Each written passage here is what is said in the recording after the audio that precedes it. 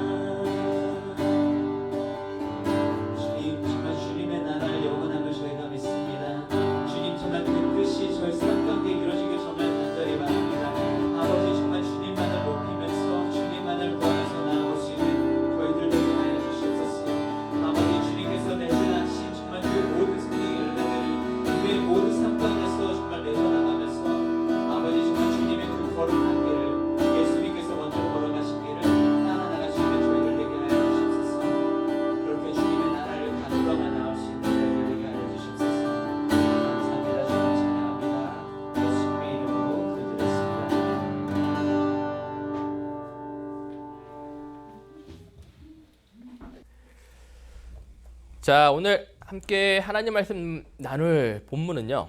호세아서 10장 1절부터 15절까지 쉬운 성경으로 같이 읽으실 텐데 호세아서 10장 1절부터 15절까지 읽겠습니다. 오늘 말씀 제목을요. 나를 의로움에 거하시게 하시는 하나님이라고 한번 정해 보았습니다. 다 함께 화면 보시면서 1절부터 읽도록 하겠습니다. 이스라엘은 열매를 많이 맺는 포도나무와 같다. 그 백성이 열매를 많이 거둘수록 우상을 위한 제단도 많이 쌓는다. 땅이 아름다울수록 헛된 신들을 위한 돌 기둥도 더 많이 세운다. 그들의 마음이 거짓되니 그 죄값을 치러야 한다. 하나님께서 그들의 제단을 부수시고 돌 기둥을 무너뜨리실 것이다. 그때 이스라엘 백성이 말하기를 우리가 여호와를 두려워하지 않았으므로 우리에게 왕이 없다. 하지만 왕이 있다 하더라도 그가 우리를 위해 무슨 일을 할 수 있겠는가라고 한다. 그들은 거짓 맹세를 많이 하며 지키지도 않을 언약을 맺었다. 그러므로 백성이 서로 법정에 고발하니 마치 밭시랑에 자라는 독초와 같다. 사마리아 주민이 벳 아웬의 송아지 우상을 잃은 후 걱정하고 백성과 제사장이 그들이 섬기던 우상의 영광을 잃고 슬퍼한다. 그 우상은 아시리아로 옮겨져 아시리아의 대왕에게 선물을 바쳐질 것이다. 그러나 이스라엘은 부끄러움을 당할 것이다.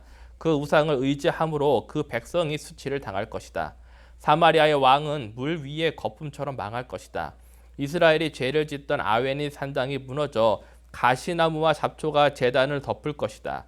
그때 그들이 산을 향해 우리를 가려다오 하며 언덕을 향해 우리 위에 무너져 다오 할 것이다. 이스라엘아, 너는 기브아 때부터 죄를 지었다. 그곳 백성이 계속해서 죄를 지어왔다. 그들이 악한 짓을 저질렀기 때문에 틀림없이 전쟁이 그들을 덮칠 것이다. 내가 준비해 둔 때가 되면 그들을 심판하리니 여러 군대가 모여 그들을 칠 것이다. 그들은 자기들이 지은 많은 죄 때문에 심판받을 것이다. 이스라엘은 길이 잘된 암소와 같아서 곡식 밟기를 좋아했다. 그러나 내가 그 아름다운 목에 멍에를 메우고 밭에서 열심히 일하게 만들었다. 유다는 밭을 갈고 야곱은 썰매질을 할 것이다. 정의의 좋은 씨를 심고 사랑의 열매를 거두어라. 지금은 나 여호와를 찾을 때이니 묵은 땅을 갈아라. 내가 가서 너희에게 정의를 비처럼 내려주겠다. 그러나 너희가 악한 것을 심었기 때문에 죄의 수확을 거둘 것이다. 너희의 힘과 수많은 군대를 믿고 따랐기 때문에 너희는 거짓의 열매를 먹게 될 것이다. 그러므로 너희의 군대가 전쟁 소리를 들을 것이며 너희의 모든 요새가 무너질 것이다. 그것은 살만 왕이 베다벨을 공격했던 하던 때와 같으며 그때 어머니와 자녀들이 함께 죽을 것이다. 너희가 악한 짓을 너무 많이 저질렀기 때문에 너희 베델 백성에게 그와 똑같은 일을 일으키겠다. 그때가 되면 이스라엘 왕이 죽을 것이다. 아멘. 기도하겠습니다. 하나님, 오늘도 저희들 이렇게 예배 자리에 불러주시고 저희들 목소리를 통해서 하나님께 찬양하게 하심을 감사를 드립니다. 온전히 주를 향한 저희들 마음이 될 수 있게끔 세상 속에 있던 여러 가지 일들, 오늘 말씀을 통해서 그 불안하고 힘들었던 그 여러 가지 질문들에 답을 찾는 귀한 시간이 될 수 있게끔 하나님 저희들 마음과 내 마음의 귀와 내 마음의 눈을 열어주시옵소서. 감사를 드리오며 예수 그리스도 이름으로 기도드렸습니다. 아멘. 자, 여름이 지나가고 있습니다. 그래서 한국은 이제는 지난주에 중복을 맞이하고 있었죠. 여러분들 몸에 좋은 음식 좀 많이 먹었나 모르겠습니다. 보통 삼계탕도 먹고 이제 여러 가지 건강한 것들 많이 먹는데 그렇다고 해서 우리가 너무 몸만 생각해서 몸에 좋은 것만 생각하는 것보다는 더운 날일수록요 우리가 정신을 바짝 차려야 합니다. 따라서 바쁘더라도요 여러분도 공부할 거 많이 있음에도 불구하고 조금씩 쉬어가면서 하나님의 말씀 가운데 좀 묵상하면서 정신을 좀 새롭게 하는 시간을 가지면 좋을 것 같습니다. 우리가 지난주를 되돌아보면은요, 우리가 그 말씀을 배울 때 히브리어로 실람이란, 즉 갚다라는 것에 대해서 한번 함께 나누어 보았고 그 말씀을 통해서 최악의 날을 최고의 날로 바꾸시는 하나님에 대해서 우리가 함께 나누어 보았습니다. 그리고 이제 이어서 오늘 호세아서 네 번째에서 이제는 그 시간을 함께 가지고 있는데요. 다음 주가 벌써 마지막입니다. 자, 우리가 오늘 함께 읽지는 않았지만 2장 19절에 보면은요. 자신의 과거의 모습을 버리지 못하고 도망가는 고멜의 모습을 이스라엘 백성과 이제 비유를 하면서 이렇게 적고 있죠. 내가 너를 나의 영원한 아내로 맞아들이겠다. 너를 정의와 공평으로 대하고 너에게 사랑과 긍휼을 보여주겠다라고 적혀져 있습니다. 고멜 그리고 이스라엘 백성들의 공통된 모습은 바로 무엇입니까? 하나님을 바라보시는 그 길, 우리가 가야 될 그 길에서 약간 벗어난 삶을 살아감으로써 호세아 선지자, 즉 하나님의 마음에 아주 큰 상처, 우리가 특별히 배반이라는 상처를 주었던 것이죠. 근데 우리가 방금 읽은 19절 말씀을 잘 보면은요, 그 큰 잘못을 저지른 고멜 그리고 이스라엘 백성, 아니면 저와 여러분들을 향해서 그 상처받은 마음에 어떻게 해요? 하나님의 아름다운 말씀으로 그거를 붕대 삼아서 그 다친 상처를 고쳐주시고 계시는 그 장면을 우리가 볼 수가 있습니다. 아마 그들에게 얼마나 많이 아팠니라고 말하시고 있는 것 같아요. 몇 년 전에 저희 큰 아이가 이제는 고등학생이고 이제 저희 아이들이 이제 좀 어렸을 때 좀 사건이 있었습니다.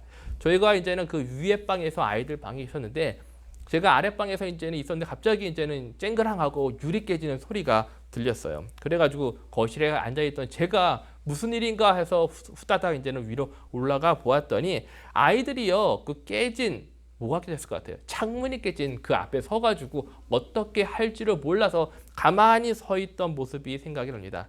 제가 아무리 생각해도요, 상식적으로 이해가 되지 않는 거예요. 아니, 그 작은 방 안에서 공놀이를 한 것도 아닌데 어떻게 창문이 깨질 수 있을까라는 생각이 들었고요. 그 순간 제 마음속에 좀 나쁜 생각이 많이 들죠. 얘네들 어떻게 혼날까? 응? 그런 생각이 들기 시작을 합니다. 근데 그렇게 주춤되는 사이에 아이들의 얼굴을 보니까요, 걔네 그 두 아이, 저희 아이들은요, 그 유리창 때문에 혼날까봐 그냥 벌써 얼굴을 그냥 푹 숙이고 있더라고요.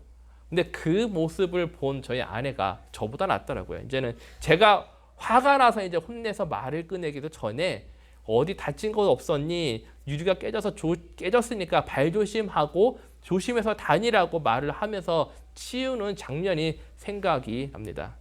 자, 아마도 저희 아이들은요, 자신들이 놀면서 실수한 그 잘못 때문에 둘 다 속으로 아이고 죽었구나 오늘 라는 생각을 했을 수도 있을 거예요. 근데 그때 저 말고 저희 아내가, 엄마가 그 아이들에게 어디 다친 적 없니? 라고 물었을 때 그 말 한마디가요, 그들이 저지른 실수와 아픔을 덮어주고 그 어색했던 관계를 회복하는 그 말이 되었다는 것이죠.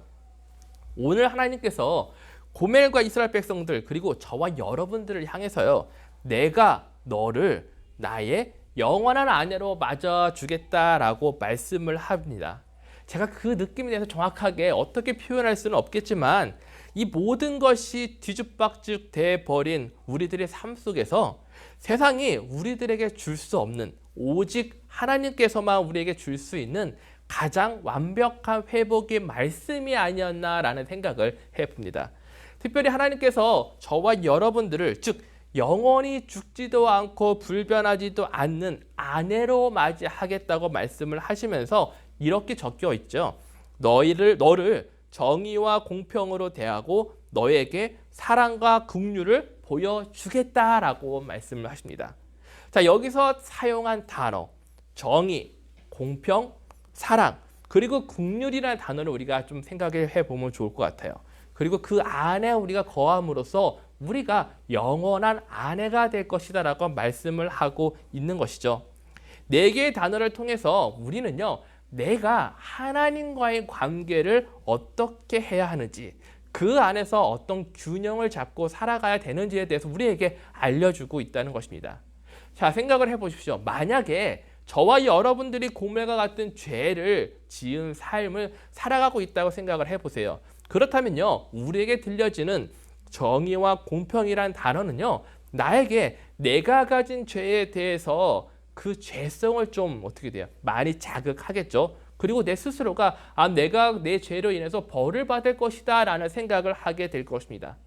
그리고 그러한 죄로 가득한 나의 상황 속에서 사랑과 긍휼이란 단어는 우리에게 어떤 느낌을 줍니까? 사랑과 긍휼은요, 내가 저지른 실수, 부끄러움을 덮어주시고 그것을 용서해 주시는 그런 마음을 우리에게 주시는 것이죠. 또한 정의와 사랑을 생각을 해보면은 공평과 긍휼을 완성함으로, 또한 공평과 긍휼은 정의와 사랑의 그 균형 관계를 맞추는 중요한 다리 역할을 한다고 보시면 될 것 같습니다.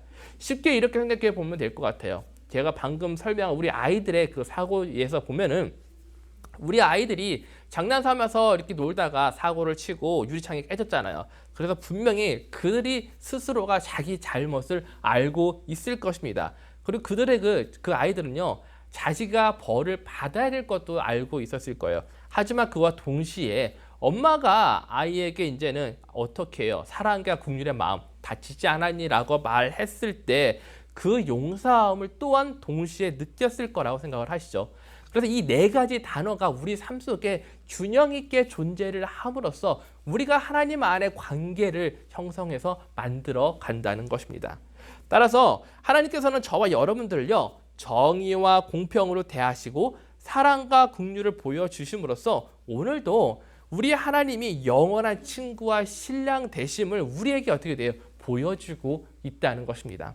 그렇기 때문에 저와 여러분들은 앞에서 말한 이 네 가지 단어를 통해서 설명한 하나님의 언약이 우리 삶 가운데 어떻게 나타나고 있으신지를 늘 체험하면서 살아가고 있는 것이죠. 어떤 친구들은 하나님을 대하면서 하나님은 참 정의로운 분이시야 라고 말하는 분도 있을 거예요. 왜냐면 나의 억울함을 해소해 주니까. 또 어떤 친구들은 그래도 못난 나를 사랑해 주시니까 하나님은 사랑의 하나님이야 라고 생각을 하면서 지내시는 분들도 있을 것 같아요. 이런 게 모두 하나님 안에 있다는 것이죠. 그런데 문제는 뭐냐면은 여기서 문제가 있다는 것이죠. 우리가 이러한 하나님과의 관계 속에서 나의 욕심, 그리고 나의 그 지혜, 나의 바램, 나의 변덕스러운 마음이 나를요, 내가 옳다고 이끌고 내가 스스로 이기적인 마음을 갖고서 세상에서 온전하지 못하는, 즉 불안정한 회복을 우리가 경험을 한다는 것이죠. 하나님이 주시는 그런 회복이 아니라 세상에 나에게 주는 불안정한 회복을 경험함으로써 이상하게 우리는요, 자만감에 빠져서 그게 온전한 회복이라고 믿고서 간다는 것입니다. 그렇기 때문에 우리는 늘 어떻게 돼요? 고멜이 겪었던 그 갈등과 실패를요, 우리 삶 속에서 경험하게 됩니다. 우리들은 하나님의 정의와 공의에 이끌려 하나님이 이끄시는 대로 살아가야 됨을 알고 있죠. 그렇지 못하고 오히려 그러면 어떻게 됩니까? 알고 있음에도 불구하고 하나님의 은혜를 덮은 거품 속에서, 그 거품 속에서 부질없고 가치 없는 정말 그런 삶을 나아가기로 우리 스스로가 결정을 하게 됩니다. 우리가 그 길을 가면서요, 우리는요, 세상이 나에게 주는 그 쓴맛과 고통의 맛을 우리가 느끼게 되죠. 그리고 온전하지 못한 회복을 통해서 그러한 사랑을 경험을 하면서 어떻게 됩니까? 하나님을 미워하고 세상을 미워하고, 그리고 내가 다시는 하나님께 갈 수 없을 것 같은 느낌을 받습니다. 우리가 늘 하나님의 긍휼, 하나님의 사랑을 찾고 의지하죠. 그러한 상황 속에서요. 왜냐하면 쓴 거, 아픔이 있을 때는 우리는 이상하게 하나님을 찾게 됩니다. 하지만 그 순간 동시에 내가 저지른 잘못에 대한 것도 상기가 되면서 그로 인해서 우리는 늘 어떤 생각을 갖게 됩니까? 하나님이 과연 나를 용서해 주실까라는 질문을 늘 마음속에 담고 삽니다. 하지만 그 순간마다 우리가 기억을 해야 될 것이 있습니다. 호수 위에 가득 덮은 녹초 여러분들 아시잖아요. 그리고 그 더러운 거품들이 있습니다. 근데 그것들이요, 하나님의 은혜가 가득한 호수를 늘 덮음으로써 그 사실을 우리가 잊게 만든다는 것이죠. 우리가 갖고 있는 녹초, 거품과 같은 것, 그것을 우리가 뚫어버리고 하나님의 은혜를 바라보아야 할 것입니다. 그 마음을 우리가 갖고 있어야 된다는 것입니다.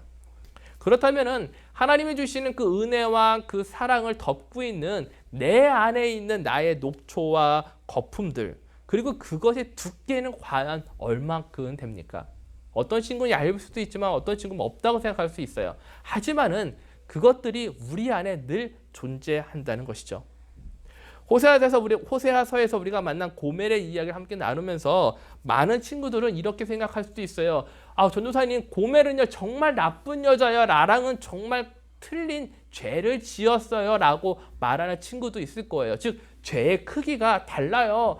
그 여인은요 정말 큰 죄고요. 저는 정말 작은 죄예요. 라고 말하는 친구도 있을 거예요. 또 어떤 친구들은 아니에요. 저도 생각해 보면은 고멜과 같은 죄를 지은 사람이다라고 이야기하는 친구도 있을 것입니다. 왜 우리가 이렇게 죄에 대해서 이야기를 했을 때 개인적으로 생각하는 죄의 크기가 다를까요? 이는요, 내가 하나님과의 관계를 맺고 있는 것은요, 지극히 개인적이고 인격적인 관계이기 때문에 상대적으로 내 죄의 크기가 다른 사람의 죄의 크기와 얼만큼 크고 작다라고 비교하기가 상당히 작습니다. 왜냐하면 나의 죄의 크기는 하나님과의 관계 속에서 나오는 것이기 때문이죠. 하지만 이러한 상황 속에서, 이러한 관계 속에서 우리가 꼭 기억을 해야 될 것이 있는데요. 로마서 3장 22절, 24절을 함께 읽어보도록 하겠는데 거기에는 이렇게 적혀져 있습니다. 22절, 하나님께로부터 오는 의는 예수 그리스도를 믿는 믿음을 통해서 옵니다. 그 의는 믿는 사람이라면 누구나에게 주어지는 것이며 사람을 차별하지 않습니다. 모든 사람이 죄를 지어 하나님의 영광에 이를 수 없게 되었습니다. 그런 사람이 그리스도 예수께서 주시는 속죄를 통해 하나님의 은혜로 의롭다는 판단을 받습니다. 그것은 하나님께서 거저 주시는 선물입니다라고 적혀져 있습니다. 자, 방금 23절을 보면은 모든 사람은요, 고멜처럼 뭐라고 되어 있어요? 죄인이라고 말하고 있습니다. 물론 우리가 서로 갖고 있는 죄의 무게가 서로 다르다고는 하겠지만, 그렇게 느낄 수는 있겠지만, 그렇다고 해서 내가 좀 더 작은 죄를 지어서 내가 좀 더 좋은 행실을 했어라고 해서 내 죄의 크기가 줄어들거나 커지거나 그런 것이 아니라는 것이죠. 호세아서 5장 5절에 보면은요, 이스라엘과 유다가요, 그들의 죄 때문에 넘어졌다고 적혀져 있고, 5장 11절에 보면은 에브라임이 우상을 쫓아서 부서졌으며 7장 10절에서는 하나님께로 돌아오지 않았다고 이렇게 이스라엘 백성들에 대해서 표현을 하고 있는 것을 우리가 말씀을 통해서 알 수 있습니다. 자, 그런데 그 말씀의 중심을 잘 보면은요, 고멜이 가지고 있었던 그녀의 죄, 즉 음란하고 그런 막 더러운 그런 죄에 대해서 초점을 맞추기보다는요, 어디에 초점이 되어져 있습니까? 죄로 가득했던 그녀를 용서하고 자신의 신부로 맞이했지만 결국 하나님의 그 사랑과 은혜를 잊어버리고 배반한 그 모습을 이야기하는 것을 우리가 찾아볼 수가 있다는 것이죠. 쉽게 말해서 하나님의 은혜로 가득한 호수 위에 자신들만의 교만과 자만으로 가득한 녹초와 거품이 결국 하나님의 은혜를 볼 수 없게 만들었고, 그들 스스로가 내가 옳다, 내가 하나님 대신해서 더 좋다, 그렇게 말하고 스스로가 바알이라는 우상을 섬기는 그 사람들, 스스로가 자신이 세상으로부터 리더고 자신이 하나님으로부터 선택받은 자라고 여기는 그 자만감이 가득한 모습을 우리에게 보여주고 있다는 것이죠. 따라서 우리가 잘 여기서 알아야 될 포인트가 뭐냐면은, 하나님께서 저와 여러분들에게 하나님 왜 나에게 손을 내밀어 주시지 않고 있습니까? 라고 불평하는 우리가 되는 것이 아니라, 하나님은요, 우리가 매일매일 간구하지 않더라도 어떻게 돼요? 우리에게 항상 은혜와 사랑을 베푸시고 있다는 것이죠. 그럼에도 불구하고 우리는 어떻게 돼요? 늘 하나님은 나한테 은혜와 사랑을 베푸시지 않다고 말을 합니다. 왜냐? 녹초와 거품이 가득한 호수, 그 호수의 아래에 있는 하나님의 은혜는요, 내 눈과 내 마음을 가리고 있는 녹초와 거품을 거두지 않는 이상은 바라볼 수가 없기 때문이죠. 그렇기 때문에 우리는 늘 녹초와 거품만 보고 하나님의 은혜와 하나님 사랑이 어딨냐고 간구하는 것입니다. 호세아서 10장 12절 13절을 보면은 이러한 우리를 마음을 덮고 있는 녹초 그리고 거품에 대해서 이렇게 표현을 하고 있는데요. 함께 읽어보도록 하겠습니다. 12절에 이렇게 되어 있습니다. 정의의 좋은 씨를 심고 사랑의 열매를 거두어라. 지금은 나 여호와를 찾을 때이니 묵은 땅은 갈아라. 내가 가서 너희에게 정의를 비처럼 내려주겠다.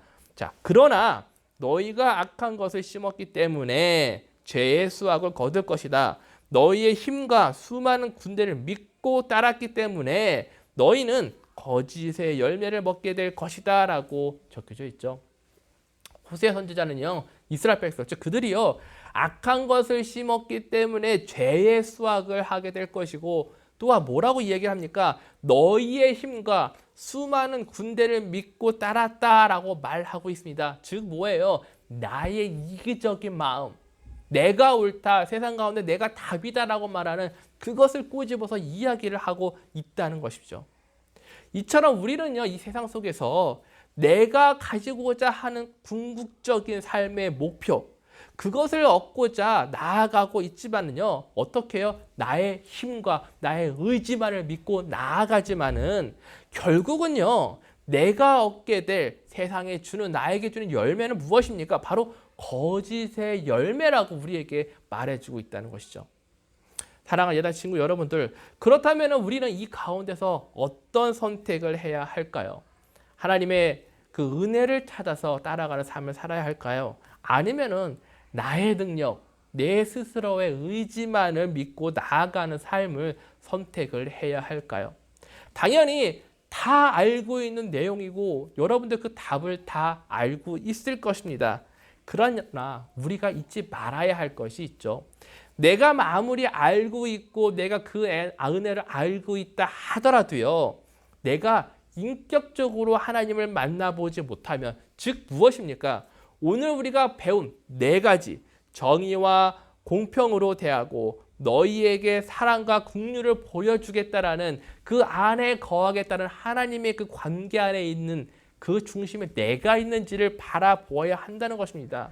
그것이 내 삶 가운데 균형 있게 나타날 때 우리는 무엇을 경험한다고요? 절대로 실패하지 않으시는, 정말 완전한 사랑과 완전한 회복을 우리에게 주시는 하나님의 은혜를 우리가 경험을 할 수 없다는 거예요. 우리가 그것을 경험하지 못한다면 어떻게 우리가 내가 하나님의 은혜를 구원받았다고 말할 수 있겠습니까? 우리는요, 오늘 4가지 그 단어를 내 삶 가운데 올바르게 적용을 해서요, 만일에 아직까지도 문자적으로 지식적인 은혜로 하나님을 만났다면은 이제는 어떻게 돼요? 온전히 내 삶 가운데 균형 있게 하나님이 역사하신 그 사랑의 손길을 우리가 만나 보아야 할 것입니다. 하나님께서는요, 저와 여러분들을 영원한 아내로 맞이하시기 위해서 정의와 공평, 그리고 여러분들을 향한 영원한 사랑과 긍휼을 보여주시기 위해서 어떻게 하셨습니까? 바로 자신의 하나밖에 없는 아들 예수 그리스도를 이 세상에 보내셨고, 십자가의 보혈을 통해서 완전한 회복과 관계 회복을 이루셨습니다. 그리고 그 사랑은요, 우리가 노력을 해서 갖고자 하는 것이 아니죠. 내가 무엇을 열심히 하고 잘한다고 해서 갖고자 하는 것이 아니라 내가요, 하나님의 은혜로 인해서 거저 가진 것을 잊지 마시기 바랍니다. 자, 그 은혜 여러분들이 한번 찾아보시기 바랍니다. 내 삶 가운데 어디에 있습니까? 다시 한번 말씀드리고 싶은 것은 무엇이냐면은, 하나님의 은혜는 호수 가운데 있습니다. 문제는 무엇이라고요? 그 호수를 덮고 있는 내 녹초, 내 거품이 그것을 덮고 있기 때문에 볼 수가 없다는 것이죠. 저는 이번 한 주간 동안 여러분들이요, 그 녹초와 그 거품을 걷어내서 하나님의 은혜를 찾아보는 귀한 시간이 되기를 바랍니다.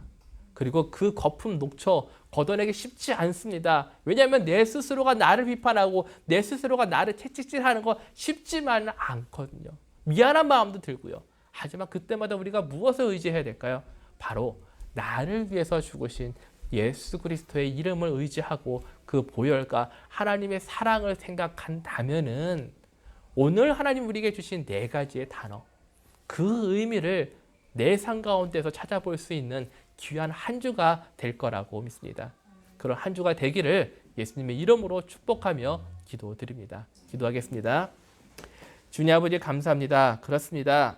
우리는 늘 살아가면서 내가 결정하고 내 의지대로 나아가고 내 스스로가 모든 것을 다 할 수 있다고 하면서 나아갑니다. 하지만 그때마다 어려움을 당하고 그때마다 고난을 당하고 그때마다 잘못된 길을 간 것을 후회하면서 하나님이여 나에게 왜 이러십니까? 하나님이 어디에 있습니까? 라고 하나님께 간구합니다. 근데 사실은 하나님의 은혜는요, 그것에 늘 있었고 하나님의 사랑은 늘 내 삶 가운데 있었습니다. 다만 문제는 내가 갖고 있는 이기적인 마음, 변덕스러운 마음, 나의 그러한 정말 위선적인 마음이요. 녹초처럼 더러운 거품처럼 하나님의 은혜를 덮고 있었다는 것입니다. 하나님 이번 한 주간 내 삶 가운데 하나님의 사랑과 긍휼과 정의와 공의를 정말 체험하는 한 주가 될 수 있게끔 도와주시옵고 그 믿음을 갖고 나아가는 우리 예담 친구들 될 수 있게끔 주님 이끌어 주시옵소서 감사를 드리며 예수 그리스도의 이름으로 기도드렸습니다. 아멘. 자, 우리 다음 주가 이제 드디어 호세아서 마지막 주 이야기로 들어갑니다. 다음 주는 완전한 회복 안에 휴식이라는 것을 함께 나눌 텐데요. 여러분도 한번 호세아서 한번 1장부터 다시 한번 차근차근 읽으면서 그동안 함께 나누었던 말씀에 대해서 생각해보는 귀한 시간이 되시기를 바랍니다. 자, 우리 주기도문으로 예배를 마치도록 하겠습니다. 하늘에 계신 우리 아버지여, 이름이 거룩히 여김을 받으시오며 나라의 임하옵시며 뜻이 하늘에서 이룬 것 같이 땅에서도 이루어지이다. 오늘날 우리에게 일용할 양식을 주옵시고 우리가 우리에게 죄 지은 자를 사하여 준 것 같이 우리 죄를 사하여 주옵시고 우리를 시험에 들게 하지 마옵시고 다만 악에서 구하옵소서. 나라와 권세와 영광이 아버지께 영원히 쌓옵나이다. 아멘.